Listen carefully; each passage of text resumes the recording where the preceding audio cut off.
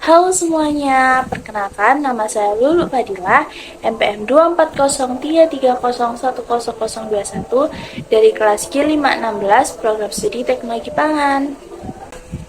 Nah, seperti yang kita lihat dalam kehidupan sehari-hari, pasti kita sering kan menemukan kesalahan berbahasa di lingkungan sekitar kita.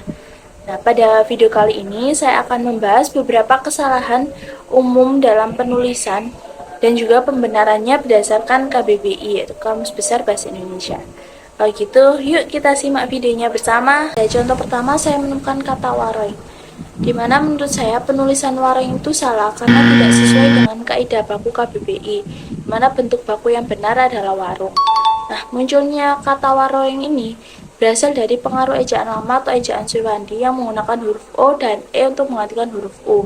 Selain itu, penggunaan kata waroing ini sering dianggap lebih estetik, terutama pada nama toko maupun brand. Untuk penggunaan kata waroing ini, saya tidak sepenuhnya setuju. Untuk konteks informal atau branding, waroing mungkin dianggap lebih kreatif dan unik. Namun dalam penggunaan resmi atau formal, penting untuk menggunakan kaidah yang benar, yaitu warung. Berdasarkan KBBI sendiri, warung itu berarti tempat untuk menjual makanan, minuman, bahan kelontong, atau keperluan sehari-hari lainnya. Contohnya pada contoh kedua, yaitu ada kata dijual. Menurut saya, penulisan dijual dengan huruf kapital dan spasi ini salah, karena imbuhan di sebagai kata kerja pasif itu harusnya ditulis tanpa spasi. Seperti yang terdapat pada web EYD, yang mendapatkan imbuhan seperti awalan, sisipan, akhiran, serta gabungan antara awalan dan akhiran, itu ditulis serangkai beserta imbuhannya. Nah, kesalahan dalam penulisan dijual ini sering terjadi karena kurangnya pemahaman terhadap tata bahasa. Selain itu, penggunaan huruf kapital juga seringkali digunakan untuk menarik perhatian pembacanya. Untuk penulisan dijual pada gambar ini saya tidak setuju, karena penulisan yang benar yaitu tanpa adanya spasi dan juga huruf kecil, jadi langsung dijual. Nah, selanjutnya contoh yang ketiga yaitu kata apotik. Nah, menurut saya penulisan apotek itu salah, karena bentuk baku dalam KBBI yang benar yaitu apotek menggunakan E bukan I. Lalu, kesalahan dalam penulisan apotik ini sering muncul karena pelafalan masyarakat yang mengubah bunyi EK menjadi IK atau apotek menjadi apotik yang terdengar lebih familiar. Hal ini juga mungkin disebabkan oleh kebiasaan pelafalan masyarakat tersebut yang sudah berlangsung lama. Nah, untuk penulisan apotek ini saya tidak setuju karena penggunaan kata baku apotek harus dibiasakan terutama dalam konteks formal seperti papan nama, dokumen, atau media massa untuk meningkatkan kedisiplinan berbahasa masyarakat. Nah, selanjutnya yaitu pada gambar keempat.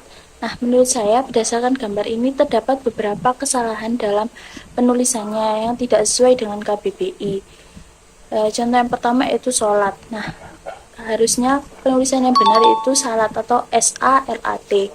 Lalu yang kedua itu ada penulisan Idul Fitri, terdapat spasi antara Idul dan Fitri. Nah, penulisan yang benar yaitu Idul Fitri tanpa adanya spasi. Lalu contoh yang ketiga itu ada Ramadan. Berdasarkan spanduk ini terdapat huruf H.